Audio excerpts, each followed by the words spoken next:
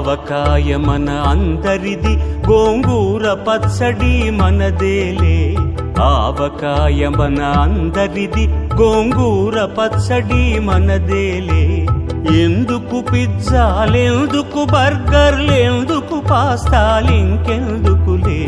ఎందుకు పిజ్జాలెందుకు బర్గర్లెందుకు పాస్తాలింకెందుకులే. ఆవకాయ మన అందరిది, గోంగూర పచ్చడి మనదేలే.